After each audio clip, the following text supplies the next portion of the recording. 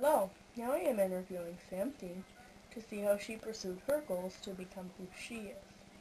How did the place or times in which you grew up affect your choices and actions? I grew up in a small town in the 60s where everything was very stable. I had two parents, and it was a very conservative place to grow up in, very normal and quiet. How have other people influenced you?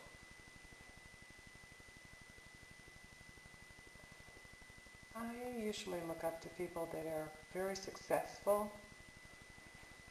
and I have a brother who's a really good salesperson who I watched growing up, and I usually follow somebody that's pretty successful. I'll follow behind and watch what they're doing. Were there any events that changed your life? Moving to Georgia changed my life. What goals did you set for yourself?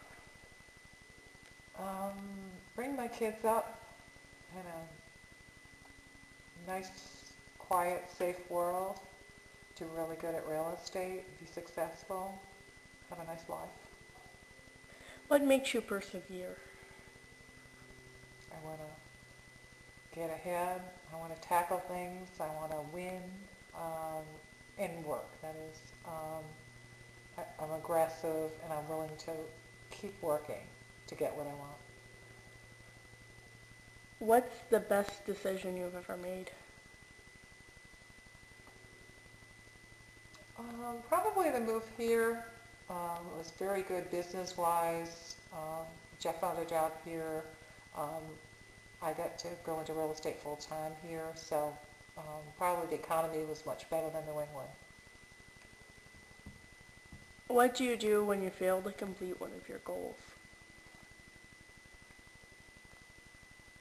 Um, I usually find another way to tackle it so that I can restart myself and get there a different way. Now let's travel into the past and talk to my grandmother who lived through the Great Depression. How did the Great Depression affect you in a negative way? Well, I'm not sure that it affected me in a negative way, but it taught me a lot of things because we had to make our own toys. Our parents couldn't afford to buy our toys for us, and I was very little at that time. And so that's probably why it didn't affect me as much as it did my older brothers and sisters, but we had to eat what was put on the table. We couldn't choose what we like to eat like children do nowadays. So now you want to know the positive it had on me. I learned to play with my brothers and sisters without toys. We made games with cards, and we called it Fox and Geese. And it was kind of like Chinese checkers. And my dad, he was really good to play with us, and he played with us, and I had 4 brothers and a sisters. So we had a lot of fun, and without a lot of money. Was there a family member that inspired you? Well, yes, there's several members that inspired me, but I would have to go back to my mother first, then my dad, and my sister and 4 brothers.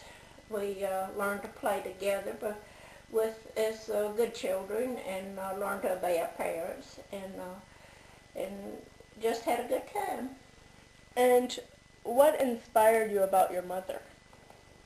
She was a good Christian woman, and taught us right from wrong, and taught us to not ever use ugly, dirty words, and they helped us with our spelling. My daddy was a great speller.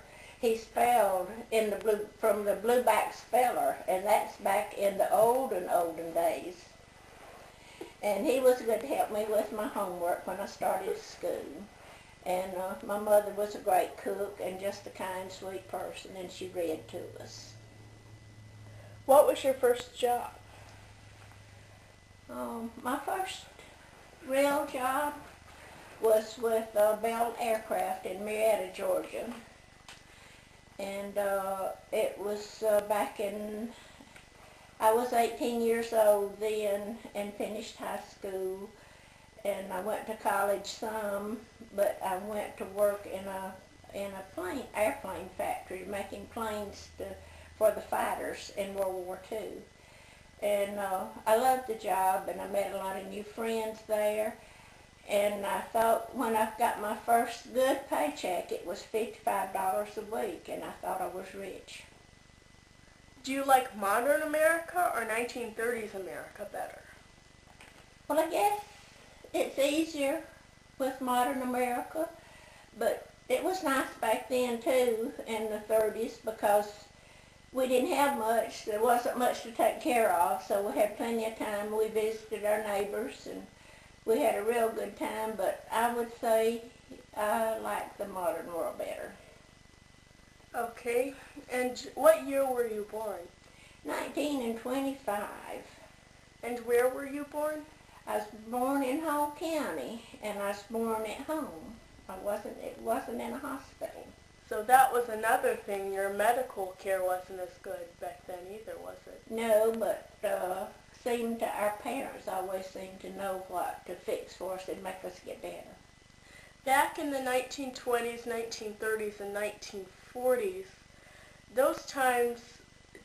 in those times, did you think the world couldn't get any more high tech? I sure did.